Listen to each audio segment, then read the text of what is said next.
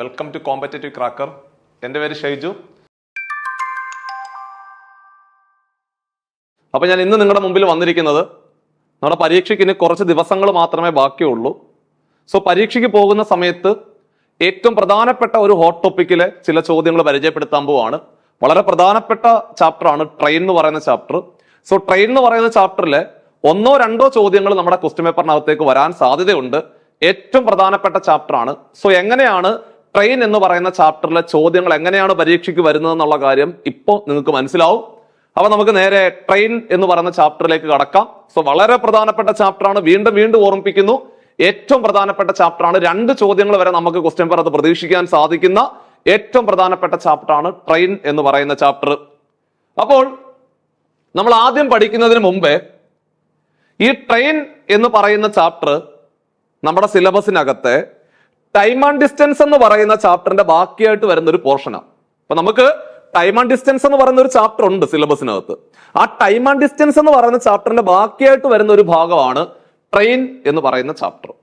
അപ്പോൾ നമ്മൾ ഇവിടെ നമ്മുടെ ഈ ടൈം ആൻഡ് ഡിസ്റ്റൻസ് എന്ന് പറയുന്ന ചാപ്റ്ററിലെ ടൈം, ഡിസ്റ്റൻസ്, സ്പീഡ്, ടൈം, അതേപോലെ ഡിസ്റ്റൻസ്, അതേപോലെ സ്പീഡ്. ടൈം എന്ന് പറഞ്ഞാൽ സമയം, ഡിസ്റ്റൻസ് എന്ന് പറഞ്ഞാൽ ദൂരം, സ്പീഡ് എന്ന് പറഞ്ഞാൽ വേഗത. ഇതിനെക്കുറിച്ച് ആധികാരികമായ ഒരു അറിവ് നമ്മുടെ മനസ്സിലുണ്ട്. അവിടുന്ന് ഈ സ്പീഡ് കണ്ടുപിടിക്കാൻ നമ്മൾ സാധാരണ speed is equal to distance by time എന്ന് പറയുന്ന ഇക്വേഷൻ ഉപയോഗിക്കാറുണ്ട്. Speed is equal to distance by time. Speed is equal to distance by time. അതായത് വേഗത ഈസ് ഈക്വൽ ടു ദൂരം ബൈ സമയം. ഇനി നമ്മൾ സാധാരണ വേഗത പറയുന്നത്, സ്പീഡ് പറയുന്നത് കിലോമീറ്റർ പെർ അവറിൽ പറയാറുണ്ട്. കിലോമീറ്റർ അവറിൽ നമ്മൾ സാധാരണ സ്പീഡ് പറയാറുണ്ട്. അല്ലെങ്കിൽ മീറ്റർ പെർ സെക്കൻഡിലും സ്പീഡ് പറയാറുണ്ട്. ഇങ്ങനെ 2 യൂണിറ്റിലാണ് നമ്മൾ സ്പീഡ് സാധാരണ നമ്മുടെ നിത്യജീവിതത്തിൽ പറയുന്നത്. അതേപോലെ ട്രെയിൻ എന്ന് പറയുന്ന ചാപ്റ്റർ അല്ലെങ്കിൽ ടൈം ആൻഡ് ഡിസ്റ്റൻസ് എന്ന് പറയുന്ന ചാപ്റ്ററിലും നമ്മൾ സ്പീഡ് പ്രസ്താവിക്കുന്നത് ഒന്നുകിൽ കിലോമീറ്റർ പെർ അവർ അല്ലെങ്കിൽ മീറ്റർ പെർ സെക്കൻഡ് എന്ന് പറയുന്ന ഈ 2 യൂണിറ്റിലാണ് നമ്മൾ സാധാരണ സ്പീഡ് പറയുന്നത്. അവിടെ കിലോമീറ്റർ പെർ അവറിനെ മീറ്റർ പെർ സെക്കൻഡ് ആക്കണമെങ്കിൽ ഓർത്ത് വെച്ചേക്കണം.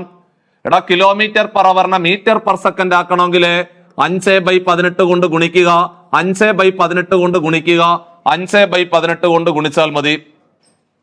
തിരിച്ച് മീറ്റർ പെർ സെക്കൻഡിനെ കിലോമീറ്റർ പെർ അവർ ആക്കണമെങ്കിൽ 18/5 കൊണ്ട് ഗുണിക്കുക, 18/5 കൊണ്ട് ഗുണിക്കുക. ഇവിടെ നമ്മൾ എക്സാം ഹാളിലേക്ക് പോകുന്ന സമയത്ത് നമുക്ക് തിരിഞ്ഞു പോകാൻ സാധ്യതയുണ്ട്. നമുക്കറിയാം, ഒന്നുകിൽ 18/5 ആണോ അതോ 5/18 കൊണ്ടാണോ ഗുണിക്കേണ്ടതെന്നൊരു കൺഫ്യൂഷൻ വരാൻ സാധ്യതയുണ്ട്. അപ്പൊ നിങ്ങൾ ഇങ്ങനെ ഓർത്ത് വെച്ചാൽ മതി, കിലോമീറ്റർ പെർ അവറിനെ മീറ്റർ പെർ സെക്കൻഡ് ആക്കണം. എടാ, മീറ്റർ എന്ന് പറഞ്ഞാൽ ചെറുതാക്കണമെങ്കിൽ ചെറിയ സംഖ്യ മേളി വരണം. ചെറിയ സംഖ്യ ഏതാ? 5 അല്ലേ? 5 മേളി വരണം, അത്രേ ഉള്ളൂ. അപ്പോൾ താഴെ അപ്പൊ സ്വാഭാവികമായിട്ടും 18 അല്ലേ? അപ്പോൾ നിങ്ങൾ കണ്ണടച്ചൊന്ന് പറഞ്ഞു നോക്കിക്കേ, കിലോമീറ്റർ പെർ അവറിനെ മീറ്റർ പെർ സെക്കൻഡ് ആക്കണം. കിലോമീറ്റർ പെർ അവറിനെ മീറ്റർ പെർ സെക്കൻഡ് ആക്കണമെങ്കിൽ 5/18 കൊണ്ട് ഗുണിക്കുക. നേരെ തിരിച്ച് മീറ്റർ പെർ സെക്കൻഡിനെ കിലോമീറ്റർ പെർ അവർ ആക്കണം, വലുതാക്കണമെങ്കിൽ വലിയ സംഖ്യയായ 18 മേളി വരണം. അതായത് മീറ്റർ പെർ സെക്കൻഡിനെ കിലോമീറ്റർ പെർ അവർ ആക്കണമെങ്കിൽ വലുതാക്കണമെങ്കിൽ വലിയ സംഖ്യയായ 18 മേളി വരണം. അതായത് 18/5 കൊണ്ട് ഗുണിക്കുക എന്ന് എഴുതി വെക്കണം, അല്ലെങ്കിൽ ഓർത്തു വെക്കണം, മറന്നു പോരുത്. ഈ 2 കാര്യങ്ങൾ ഓർത്തിരിക്കണം, മറന്നു പോകാൻ പാടില്ല. ഇനി നമുക്ക് ഒന്നാമത്തെ ടൈപ്പ് ചോദ്യങ്ങൾ എന്ന് പറഞ്ഞു കഴിഞ്ഞാല്, ഇത് നമ്മുടെ ട്രെയിൻ ആണ്. ഈ ട്രെയിൻ ഇങ്ങനെ മൂവ് ചെയ്തു പോകുന്ന സമയത്ത് ഏതെങ്കിലും ലംബമായിട്ട് നിൽക്കുന്ന വസ്തുക്കളെ മറികടക്കാറുണ്ട്. ലംബമായിട്ട് നിൽക്കുക എന്ന് പറഞ്ഞാല് പെർപെൻഡിക്കുലർ ആയിട്ട് നിൽക്കുന്ന വസ്തുക്കളെ മറികടക്കാറുണ്ട്. അത്തരത്തിൽ നമ്മുടെ ക്വസ്റ്റ്യൻ പേപ്പറിനകത്ത് നമ്മൾ സ്ഥിരമായിട്ട് കാണുന്ന വാക്കുകളാണ്. ഒന്ന്, ഒരു മനുഷ്യനെ മറികടന്നു, അല്ലെങ്കിൽ ഒരു മരത്തിനെ മറികടന്നു, അല്ലെങ്കിൽ ഒരു കൊടിമരത്തിനെ മറികടന്നു, അല്ലെങ്കിൽ ഇലക്ട്രിക് പോസ്റ്റ്, ടെലിഫോൺ പോസ്റ്റിനെ മറികടന്നു, അല്ലെങ്കിൽ ഒരു ബിന്ദുവിനെ മറികടന്നു. അപ്പൊ ചുരുക്കി പറഞ്ഞാല് ലംബമായിട്ട് നിൽക്കുന്ന ഏതൊരു വസ്തുവിനെ മറികടക്കും? അങ്ങനെ ഒരു ചോദ്യം പരീക്ഷയ്ക്ക് ചോദിക്കാറുണ്ട്.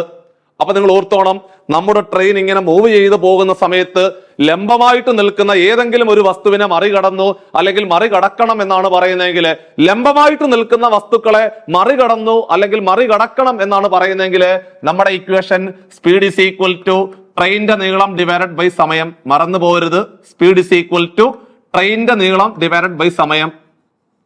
സ്പീഡ് ഈസ് ഈക്വൽ ടു ട്രെയിനിന്റെ നീളം ഡിവൈഡഡ് ബൈ സമയം സമയം സമയം. ഇതാണ് ഇക്വേഷൻ. ഒരിക്കലും മറന്നു പോകരുത്. ലംബമായിട്ട് നിൽക്കുന്ന, പെർപെൻഡിക്കുലർ ആയിട്ട് നിൽക്കുന്ന വസ്തുക്കളായ man, tree, flag tree, electric post, telephone post, point, ഇത്തരം സാധനങ്ങളെ മറികടന്നു അല്ലെങ്കിൽ മറികടക്കണം എന്നാണ് പറയുന്നതെങ്കിൽ സ്പീഡ് ഇസ് ഈക്വൽ ടു ട്രെയിനിന്റെ നീളം ഡിവൈഡഡ് ബൈ സമയം. സ്പീഡ് ഇസ് ഈക്വൽ ടു ട്രെയിനിന്റെ നീളം ഡിവൈഡഡ് ബൈ സമയം. അപ്പൊ നിങ്ങൾ ക്വസ്റ്റ്യൻ വായിച്ചു നോക്കുക. നമുക്ക് മൊത്തം 4 ടൈപ്പ് ചോദ്യങ്ങളാണ് ഉള്ളത്. സോ ടൈപ്പ് 1 ആണ് ഇപ്പൊ നമ്മൾ പറഞ്ഞത്. ടൈപ്പ് 1 ചോദ്യങ്ങളുടെ പ്രത്യേകത പെർപെൻഡിക്കുലർ ആയിട്ട് നിൽക്കുന്ന വസ്തുക്കളെ മറികടന്നു അല്ലെങ്കിൽ പാസ് ചെയ്തു പോയി എന്നാണ് പറയുന്നതെങ്കിൽ സ്പീഡ് ഇസ് ഈക്വൽ ടു ട്രെയിനിന്റെ നീളം ഡിവൈഡഡ് ബൈ സമയം. ഇതാണ് ഒന്നാമത്തെ ടൈപ്പ്. സോ ക്ലിയർ ആണല്ലോ. ഇനി രണ്ടാമത്തത് തിരശ്ചീനമായി കിടക്കുന്ന വസ്തുക്കൾ, അതായത് പാരലലായിട്ട് കിടക്കുന്ന വസ്തുക്കളെ മറികടന്നു അല്ലെങ്കിൽ മറികടക്കണം, പാസ് ചെയ്തു പോയി അല്ലെങ്കിൽ പാസ് ചെയ്യണം എന്നാണ് പറയുന്നതെങ്കിൽ, ഇതാണ് നമ്മുടെ ട്രെയിന്. ഒരു പാഡി ഫീൽഡ്, ഒരു നെൽപ്പാടം, അല്ലെങ്കിൽ ഒരു പ്ലാറ്റ്ഫോമിനെ മറികടന്നു, അല്ലെങ്കിൽ ഒരു തുരങ്കത്തിനെ മറികടന്നു. തുരങ്കം എന്ന് പറഞ്ഞ ടണൽ, തുരങ്കത്തിനെ മറികടന്നു, അല്ലെങ്കിൽ ഒരു ബ്രിഡ്ജ്, ഒരു പാലത്തിനെ മറികടന്നു, അല്ലെങ്കിൽ നിർത്തിയിട്ടിരിക്കുന്ന മറ്റൊരു ട്രെയിൻ. ഇതെല്ലാം പാരലൽ, തിരശ്ചീനമായി കിടക്കുന്ന വസ്തുക്കൾ. അതായത് കൃത്യമായ നീളം അവർ പറയും.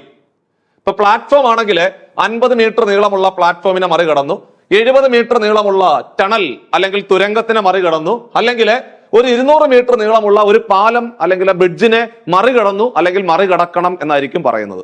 സോ അങ്ങനെയുള്ള ചോദ്യമാണ് ചോദിക്കുന്നതെങ്കിൽ രണ്ടാമത്തെ ടൈപ്പ് ആണെന്നുള്ള കാര്യം മറന്നു പോകരുത്. സോ രണ്ടാമത്തെ ടൈപ്പ് ആണെങ്കിൽ equation speed is equal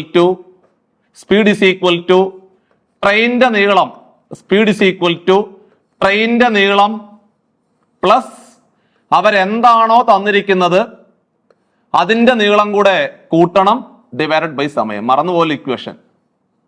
so രണ്ടാമത്തെ ടൈപ്പ് ആണെങ്കിൽ സ്പീഡ് ഇസ് ഈക്വൽ ടു ട്രെയിനിന്റെ ലെങ്ത് പ്ലസ് അവര് പ്ലാറ്റ്ഫോം ആണെങ്കിൽ പ്ലാറ്റ്ഫോമിന്റെ നീളം കൂട്ടുക, അവർ തന്നിരിക്കുന്ന ബ്രിഡ്ജ് ആണെങ്കിൽ ബ്രിഡ്ജിന്റെ നീളം കൂട്ടുക ഡിവൈഡഡ് ബൈ സമയം.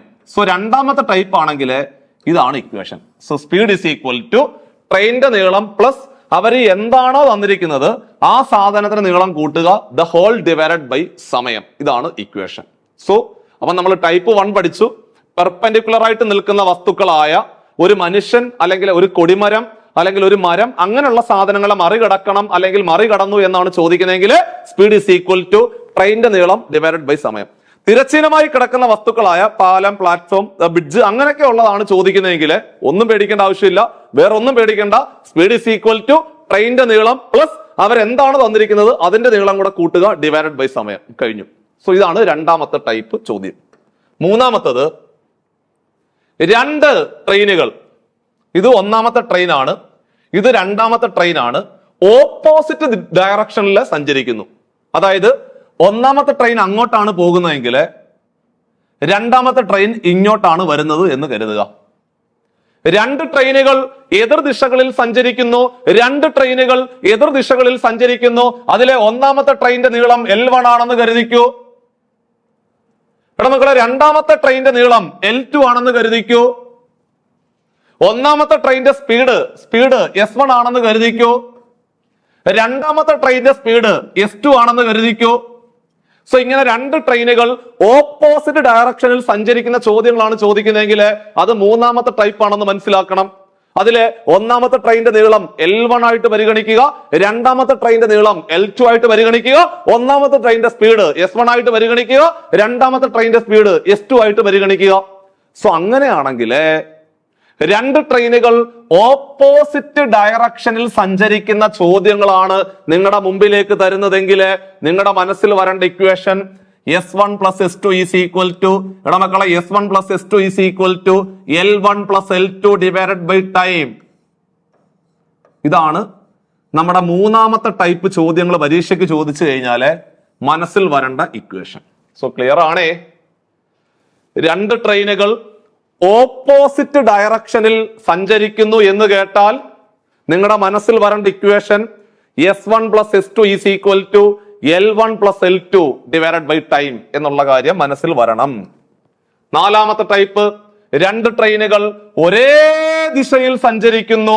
എടാ, ഒരേ ദിശ, സെയിം ഡയറക്ഷൻ, ഒരേ ദിശയിൽ സഞ്ചരിക്കുന്ന ചോദ്യങ്ങളാണെങ്കിൽ അതിൽ ഒന്നാമത്തെ ട്രെയിനിന്റെ നീളം നമ്മൾ L1 ആയിട്ട് പരിഗണിച്ചു, രണ്ടാമത്തെ ട്രെയിനിന്റെ നീളം നമ്മൾ L2 ആയിട്ട് പരിഗണിച്ചു, ഒന്നാമത്തെ ട്രെയിനിന്റെ സ്പീഡ് നമ്മൾ S1 ആയിട്ട് പരിഗണിച്ചു, രണ്ടാമത്തെ ട്രെയിനിന്റെ സ്പീഡ് S2 ആയിട്ട് പരിഗണിച്ചു. ഒന്നാമത്തെ ട്രെയിനിന്റെ നീളം നമ്മൾ ലെങ്ത് L1 ആയിട്ട് പരിഗണിച്ചു, രണ്ടാമത്തെ ട്രെയിനിന്റെ നീളം നമ്മൾ ലെങ്ത് L2 ആയിട്ട് പരിഗണിച്ചു, ഒന്നാമത്തെ ട്രെയിനിന്റെ സ്പീഡ് നമ്മൾ S1 ആയിട്ട് പരിഗണിച്ചു, രണ്ടാമത്തെ ട്രെയിനിന്റെ സ്പീഡ് നമ്മൾ S2 ആയിട്ട് പരിഗണിച്ചു.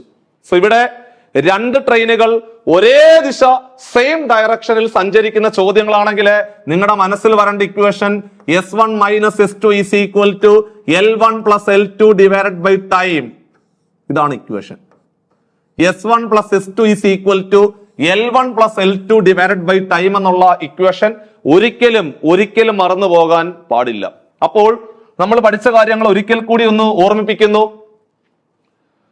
നമ്മൾ ട്രെയിൻ മൂവ് ചെയ്യുന്നു, പെർപെൻഡിക്കുലർ ആയിട്ട് നിൽക്കുന്ന വസ്തുക്കളെ മറികടന്നാൽ ഇക്വേഷൻ അത് നമ്മുടെ ഒന്നാമത്തെ ടൈപ്പാണ്. സ്പീഡ് = ട്രെയിനിന്റെ നീളം ഡിവൈഡഡ് ബൈ സമയം. പാരലൽ ആയിട്ട് നിൽക്കുന്ന വസ്തുക്കളെ മറികടന്നു കഴിഞ്ഞാൽ സ്പീഡ് = ട്രെയിനിന്റെ ലെങ്ത് പ്ലസ് അവരെന്താണ് തന്നിരിക്കുന്നത് അതിന്റെ നീളം കൂടെ കൂട്ടുക ഡിവൈഡഡ് ബൈ സമയം.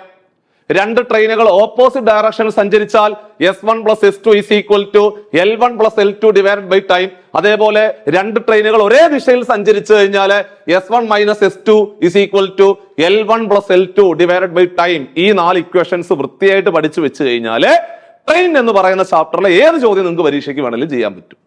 അപ്പൊ നമുക്ക് 2, 3, 4 BYQ ഒന്ന് നോക്കിയാലോ എങ്ങനെ ഉണ്ടെന്ന്. അപ്പൊ നമ്മുടെ ഒന്നാമത്തെ ചോദ്യം ദേ പിടിച്ചു. ചോദ്യം: if a train traveling at a speed of 72 km/h passes a point, ഒരു ബിന്ദുവിനെ മറികടന്നു, ട്രെയിനിന്റെ സ്പീഡ് 72 km/h. എത്ര സെക്കൻഡ് കൊണ്ടാണ്? 10 സെക്കൻഡ് കൊണ്ടാണ് മറികടന്നത്. അങ്ങനെയാണെങ്കിൽ then the length of the train ? അങ്ങനെയാണെങ്കിൽ ആ ട്രെയിനിന്റെ നീളം എത്ര എന്നാണ് ചോദ്യം. ഇതാണ് ചോദ്യം. നമ്മൾ നോക്കണം, എടാ മക്കളെ, ടൈപ്പ് 1 ആണോ, ടൈപ്പ് 2 ആണോ, ടൈപ്പ് 3 ആണോ, ടൈപ്പ് 4 ആണോ? ഇവിടെ ഒരു ബിന്ദുവിനെ അല്ലേടാ മറികടക്കുന്നത്. സോ ബിന്ദുവിനെ മറികടന്നു കഴിഞ്ഞാല് ടൈപ്പ് 1 പ്രോബ്ലം അല്ലേ? ടൈപ്പ് 1 പ്രോബ്ലം ആണെങ്കിൽ ഇക്വേഷൻ എന്തുവാ? സ്പീഡ് = ട്രെയിനിന്റെ ലെങ്ത്, സ്പീഡ് = ട്രെയിനിന്റെ ലെങ്ത് ഡിവൈഡഡ് ബൈ ടൈം അല്ലേ? സ്പീഡ് = ട്രെയിനിന്റെ ലെങ്ത് ഡിവൈഡഡ് ബൈ ടൈം ആണ് ഇക്വേഷൻ. നമ്മൾ വൃത്തിയായിട്ട് എഴുതി വെച്ചു. സ്പീഡ് തന്നിരിക്കുന്നത് km/h സ്പീഡ് തന്നിരിക്കുന്നത്. പക്ഷെ സമയം എന്തിലാണ് പറഞ്ഞിരിക്കുന്നത്? സെക്കൻഡിലാണ് പറഞ്ഞിരിക്കുന്നത്. സ്വാഭാവികമായിട്ട് ഞാൻ നേരത്തെ പറഞ്ഞായിരുന്നു, സ്പീഡ് km/h മീറ്റർ/സെക്കൻഡിലേക്ക് മാറ്റേണ്ടി വരും. കാരണം സമയം തന്നിരിക്കുന്നത് സെക്കൻഡിലാണ്. km/h മീറ്റർ/സെക്കൻഡിലേക്ക് മാറ്റണം. km/h മീറ്റർ/സെക്കൻഡിലേക്ക് മാറ്റാന്, ചെറുതാക്കാന് 5/18 കൊണ്ട് ഗുണിച്ചാൽ മതി. അപ്പോ സ്പീഡ് 72 ആയിരുന്നു. എടാ, സ്പീഡ് 72 ആയിരുന്നു. അത് km/h ആണ്. മീറ്റർ/സെക്കൻഡ് ആക്കാന്, മീറ്റർ/സെക്കൻഡ് ആക്കാൻ 5/18 കൊണ്ട് ഗുണിച്ചു. വലതുവശത്ത് ട്രെയിനിന്റെ ലെങ്ത് നമുക്കറിയില്ലല്ലോ, അതാണല്ലോ കണ്ടുപിടിക്കേണ്ടത്. ട്രെയിനിന്റെ ലെങ്ത് അറിയില്ല, നമ്മൾ അതുപോലെ തന്നെ എഴുതി വെച്ചു. സോ ട്രെയിനിന്റെ ലെങ്ത് അതുപോലെ തന്നെ നമ്മൾ എഴുതി വെച്ചു. ഡിവൈഡഡ് ബൈ സമയം അവർ തന്നിട്ടുണ്ട് 10 സെക്കൻഡ് ആണ്. സോ 10 അതുപോലെ തന്നെ എഴുതി വെച്ചു.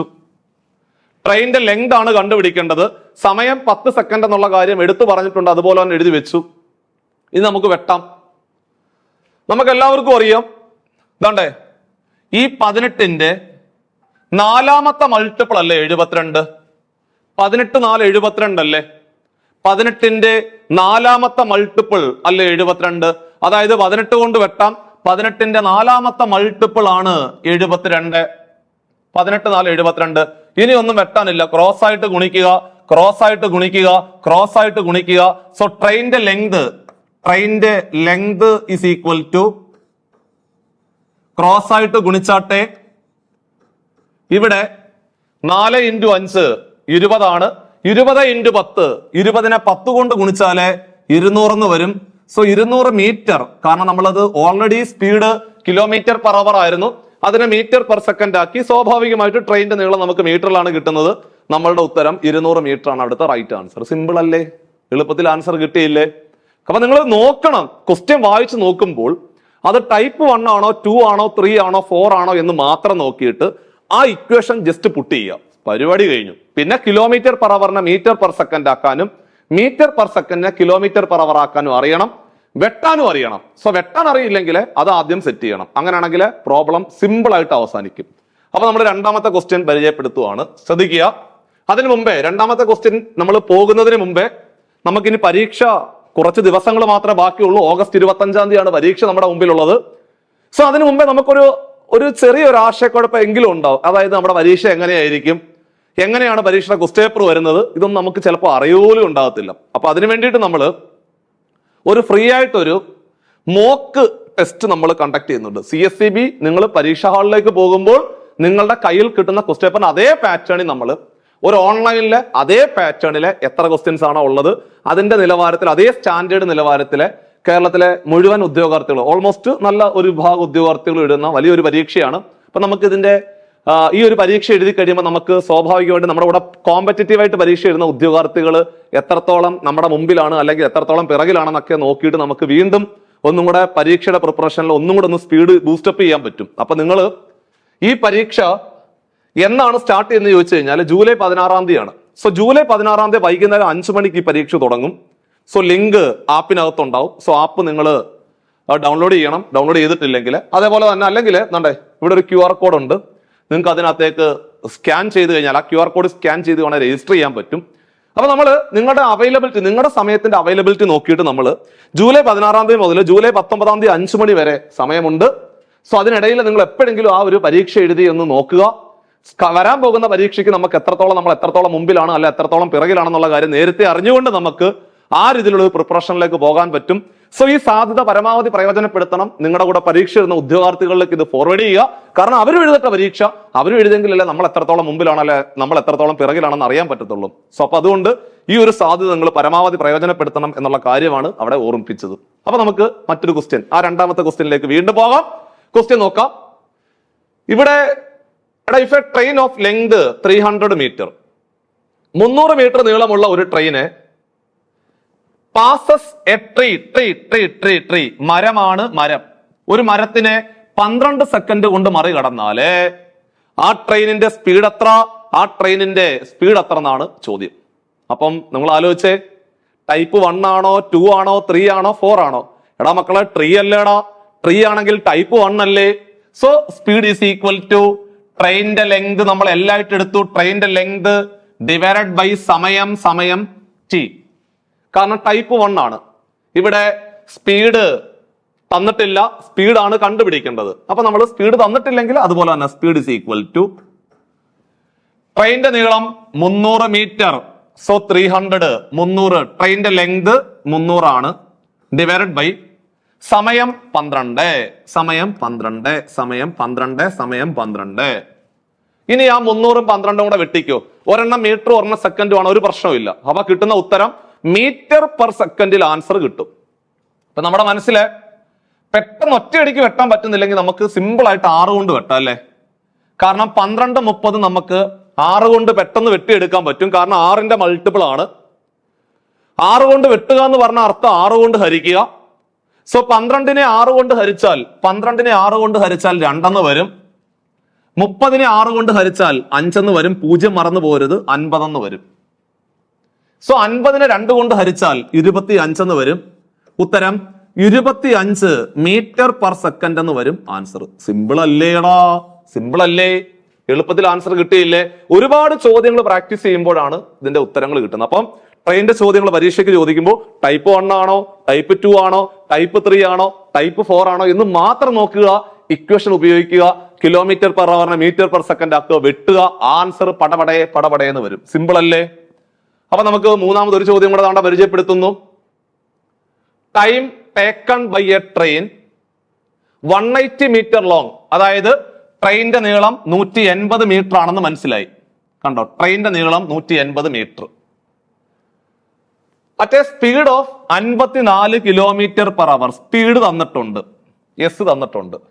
ടു ഓവർടേക്ക് എ മാൻ, കണ്ടോ, ഒരു മനുഷ്യനെയാണ് മറികടക്കേണ്ടത്. സ്റ്റാൻഡിങ് ഓൺ ദ പ്ലാറ്റ്ഫോം, അതായത് പ്ലാറ്റ്ഫോമിൽ നിൽക്കുന്ന ഒരു മനുഷ്യനെ ഒരു ട്രെയിൻ ഇങ്ങനെ പൊക്കോണ്ടിരിക്കുക. എന്ത് വേഗതയിലാണ് പോകുന്നത്? 54 കിലോമീറ്റർ പെർ അവർ വേഗതയിലാണ് പോകുന്നത്. 180 മീറ്റർ നീളമുള്ള ഒരു ട്രെയിനാണ്. ആ ട്രെയിൻ നമ്മുടെ പ്ലാറ്റ്ഫോമിൽ നിൽക്കുന്ന മനുഷ്യനെ എത്ര സെക്കൻഡ് കൊണ്ട് കടന്നു പോകും? സമയമാണ് കണ്ടുപിടിക്കേണ്ടത്. മനുഷ്യനെ അല്ലേ മറികടക്കുന്നത്? ലംബമായി നിൽക്കുന്ന വസ്തു അല്ലേ മനുഷ്യൻ? ടൈപ്പ് 1 ചോദ്യമല്ലേ? അപ്പൊ നമ്മൾ പറയും ടൈപ്പ് 1 ആണെങ്കിൽ സ്പീഡ് ഇസ് ഈക്വൽ ടു ട്രെയിനിന്റെ ലെങ്ത് ഡിവൈഡഡ് ബൈ സമയം. ഇവിടെ സ്പീഡ് എത്ര ആണ്? സ്പീഡ് 54 അല്ലേ? 54 കിലോമീറ്റർ പെർ അവർ അല്ലേ? സോ കിലോമീറ്റർ പെർ അവറിനെ മീറ്റർ പെർ സെക്കൻഡ് ആക്കണ്ടേ? കിലോമീറ്റർ പെർ അവർ ആയിരുന്നു, അതിനെ മീറ്റർ പെർ സെക്കൻഡ് ആക്കണ്ടേ? സോ കിലോമീറ്റർ പെർ അവറിനെ മീറ്റർ പെർ സെക്കൻഡ് ആക്കണമെങ്കിൽ എന്ത് ചെയ്യണം? 5/18 കൊണ്ട് ഗുണിക്കണ്ടേ? അപ്പൊ ഞാൻ 5/18 കൊണ്ട് ഗുണിച്ചപ്പോൾ kilometre per hour metre per second ആയില്ലേ? അപ്പൊ ഇടതുവശം ക്ലിയർ ആയില്ലേ? വലതുവശം ലെങ്ത് 180 അല്ലേ? 180 അല്ലേ? ഡിവൈഡഡ് ബൈ സമയം ടി അല്ലേ കണ്ടുപിടിക്കേണ്ടത്? ടി അതുപോലെ തന്നെ എഴുതി വെച്ചു. ഇവിടെ നിങ്ങൾ നോക്കിക്കോണേ, എന്താണ്ടേ 18ന്റെ മൂന്നാമത്തെ മൾട്ടിപ്പിൾ അല്ലേ 54? 18ന്റെ മൂന്നാമത്തെ മൾട്ടിപ്പിൾ, 18ന്റെ തേർഡ് മൾട്ടിപ്പിൾ, 18ന്റെ മൂന്നാമത്തെ മൾട്ടിപ്പിൾ ആണ് 54. അതേപോലെ തന്നെ ദാണ്ടേ ഈ 3ഉം ഈ 18ഉം കൂടെ വെട്ടിക്കൂടെ? 3 കൊണ്ട് വെട്ടാമല്ലോ. 3ന്റെ എത്രാമത്തെ മൾട്ടിപ്പിൾ ആണ് 18? 3ന്റെ 6ാമത്തെ മൾട്ടിപ്പിൾ അല്ലേ 18? 3ന്റെ 6ാമത്തെ മൾട്ടിപ്പിൾ ആണ് 18. 0 മറന്നു പോകരുത്, 0 മറന്നു പോകരുത്, 60 വരും. ഇനി ഇതാണ്ടേ ഈ 5ഉം 60ഉം കൂടെ വെട്ടിക്കൂടെ? 5ന്റെ 12ാമത്തെ മൾട്ടിപ്പിൾ അല്ലേ 60? 5ന്റെ 12ാമത്തെ മൾട്ടിപ്പിൾ ആണ് 60. ഇനി ഒന്നും വെട്ടാനില്ല. സോ ക്രോസ് ആയിട്ട് ഗുണിക്കുക. ക്രോസ് ആയിട്ട് ഗുണിക്കുക എന്ന് പറഞ്ഞാൽ 1 into T, that is T is equal to cross 12. അതായത് ഉത്തരം 12 സെക്കൻഡ് എന്ന് വരും അവിടുത്തെ റൈറ്റ് ആൻസർ. ഇതായിരുന്നു നമ്മുടെ ചോദ്യം. അപ്പൊ നിങ്ങൾ ക്വസ്റ്റ്യൻ വായിച്ചു നോക്കിയിട്ട് ടൈപ്പ് 1 ആണോ, ടൈപ്പ് 2 ആണോ, ടൈപ്പ് 3 ആണോ, ടൈപ്പ് 4 ആണോ എന്ന് മാത്രം നോക്കിയാൽ മതി.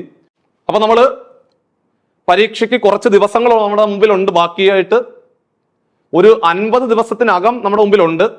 അപ്പൊ നമ്മൾ ഒരു 45 ദിവസത്തെ ഒരു ക്രാഷ് കോഴ്സുമായിട്ട് നിങ്ങളുടെ മുമ്പിലേക്ക് വന്നാലോ?